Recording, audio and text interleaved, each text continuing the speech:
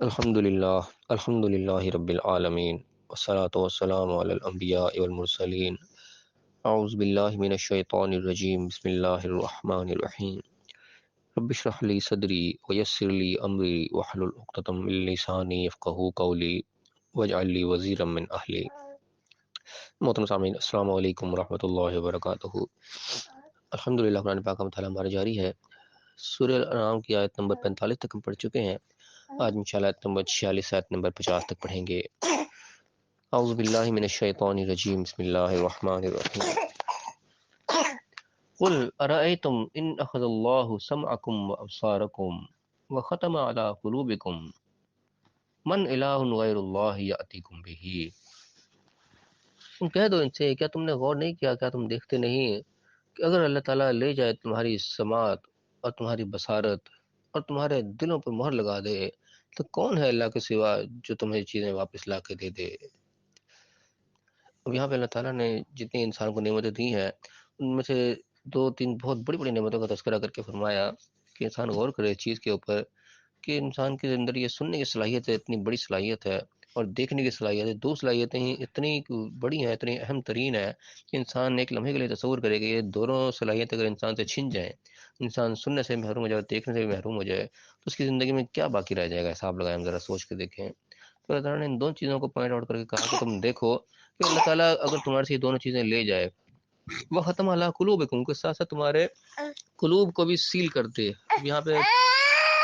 قلوب سے مراد عام طور پہ جو ہے وہ دل لیا جاتا ہے، لیکن بہرحال دل کے لیے افئدہ کا، فؤاد کا یہ لفظ بھی آتے ہیں۔ قلوب کے اصل میں معنی جو لغت کے ذریعے ہم دیکھیں تو اس میں ہوتے ہیں پلٹنے کے، الٹ پلٹ کرنے کے، چینج لانے کے، تبدیلی لانے کے معنی ہوتے ہیں اس کے اندر۔ اسی سے لفظ انقلاب بھی بنتا ہے، جو کوئی بہت بڑی تبدیلی آ جاتی ہے اس کو کہتے ہیں کہ انقلاب آ گیا، بہت بڑی تبدیلی آ گئی۔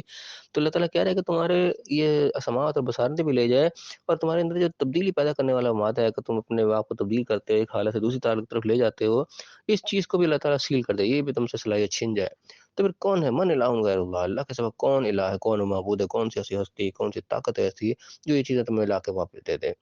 کوئی کہ کوئی نہیں ہے۔ پوچھنے کا سوال کا انداز اللہ تعالیٰ کا بتا رہا ہے، کوئی ایسا نہیں ہوگا جو چیزیں تمہیں واپس لا کے دے دے۔ پھر فرمایا کہ انظر کیف نصرف الآیات ثم هم یصدفون، دیکھو ہم کیسے آیات ان کے سامنے پھیر پھیر کر ان کے سامنے نشانیاں لے کر آتے ہیں، پھر بھی یہ ثم هم یصدفون، پھر بھی یہ اس سے صدف کر جاتے ہیں، منہ پھیر جاتے ہیں، انتہائی سرکشی کے ساتھ جو ہے اعراض برت لیتے ہیں۔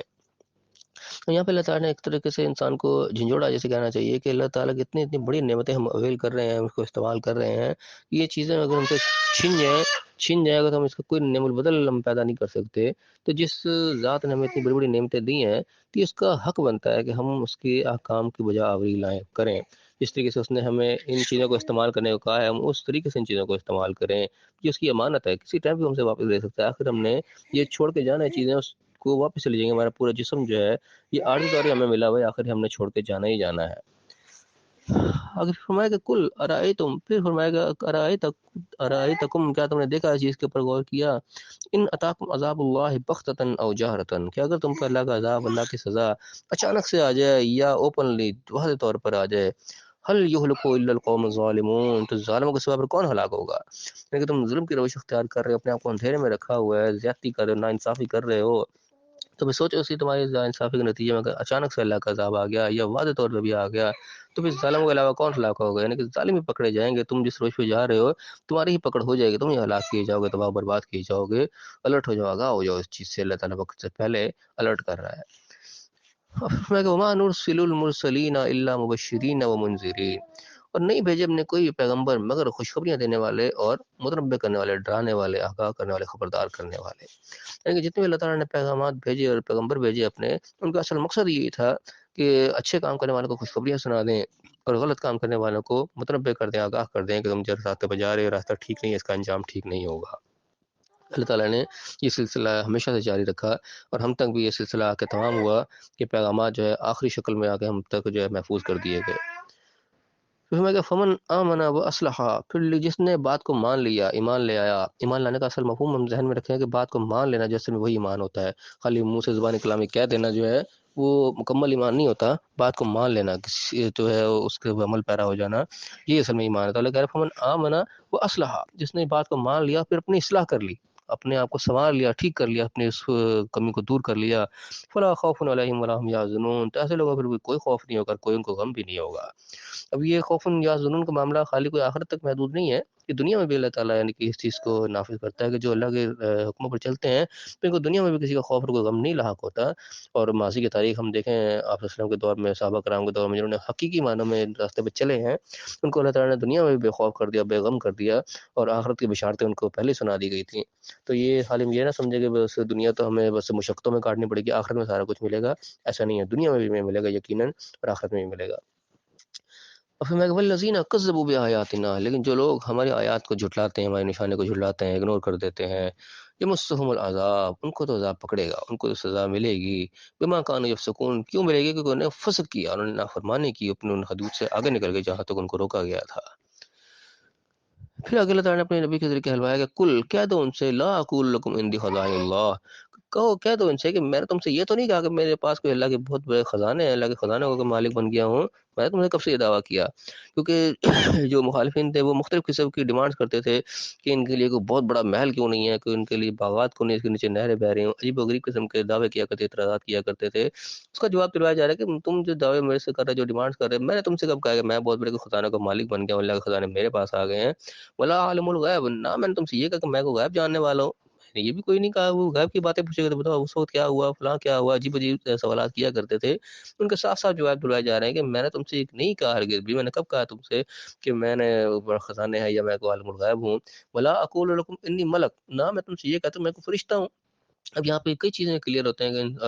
اللہ کے نبی کے بارے میں ہمارے یہاں آج بھی بحثیں چلتی ہیں، علم غیب کی اور نور ہونے کی اور سارے خزانوں کے مالک ہونے کی، آج تک بحثیں چل رہی ہیں۔ یہ اللہ تعالیٰ نے بالکل صاف صاف الفاظ میں ان چیزوں کا جواب دلوایا ہے کہ ہمارے پاس کچھ ایسی چیز نہیں ہے، اللہ کے نبی سے کہلوا دیا اللہ تعالیٰ نے، نعوذ باللہ کوئی جھوٹ تو نہیں ان کے منہ سے کہلوایا نا، بات سچ کہلوائی ہے کہ میرے پاس اللہ کے خزانے بھی نہیں ہے، نہ میں کو غیب کا جاننے والا ہوں، نہ میں کو فرشتہ ہوں، یعنی کہ نور مخلوق کا بھی یہاں پہ ایک قسم کا اللہ تعالیٰ نے کٹ آف کر دیا کہ فرشتہ بھی نہیں ہوں۔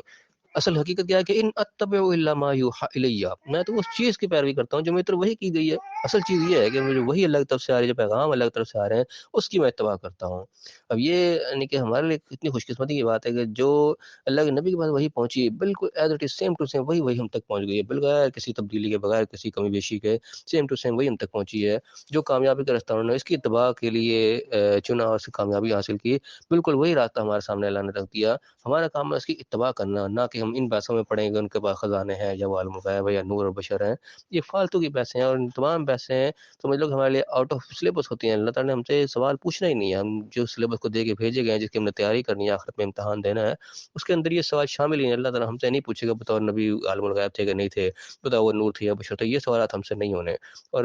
افسوس کی بات ہے زیادہ تر جتنی بحثیں ہماری ہوتی ہیں وہ ایسے ہی سوالات کے پیچھے ہو رہی تھی جن کا ہم سے سرے سے تعلق ہی کوئی نہیں ہے۔ تو فرمایا کہ میں تو اسی کی پیروی کرتا ہوں جو میری طرف وہی کی گئی ہے۔ اور پھر کل کہہ تو ان سے کہ حل یستوی الاعمی والبصیر، اندھا اور آنکھ والا برابر ہو سکتے ہیں؟ یعنی کہ جو شخص کسی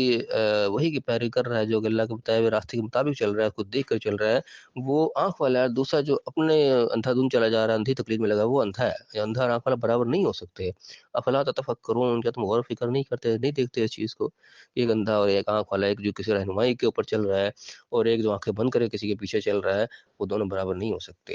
اور یہ دونوں کیٹیگریز ہمارے یہاں آج ہی پائی جاتی ہیں۔ ایک اندھے مقلد لوگ ہوتے ہیں جب کسی کے پیچھے آنکھ بند کر کے لگ گئے، جو اس نے کیا ہم بھی آنکھ بند کر کے اس کے پیچھے پیچھے ہی ہیں۔ اور ایک وہ لوگ بھی ہیں جو غور و فکر کرتے ہیں، سمجھتے ہیں، آنکھ کھول کر چلتے ہیں۔ جس طرح دنیائی معاملات میں ہم آنکھ کھول کے ہر کام کرتے ہیں، دنیائی معاملات میں ہم کبھی کسی کے پیچھے نہیں لگتے، ہم خود سب سے بڑے سمجھدار بنے ہوتے ہیں، بلکہ پچھلے ہمیں زیادہ بیوقوف نظر آتے ہیں، انہیں کیا پتا وہ تو پاگل تھے، ہم خود سب سے بڑے عقل مند ہر چیز کی چھان بین کرتے ہیں۔ لیکن دین کے معاملے میں ہمارا معاملہ الٹ ہو جاتا ہے، ہم آنکھیں بند کر کے کسی کے پیچھے لگ جاتے ہیں اور کوئی چھان بین کرنے کی کوشش نہیں کرتے کہ جس راستے پہ ہم جا رہے ہیں وہ صحیح ہے بھی کہ نہیں، وہ صحیح منزل مقصود تک جا بھی رہا ہے یا نہیں۔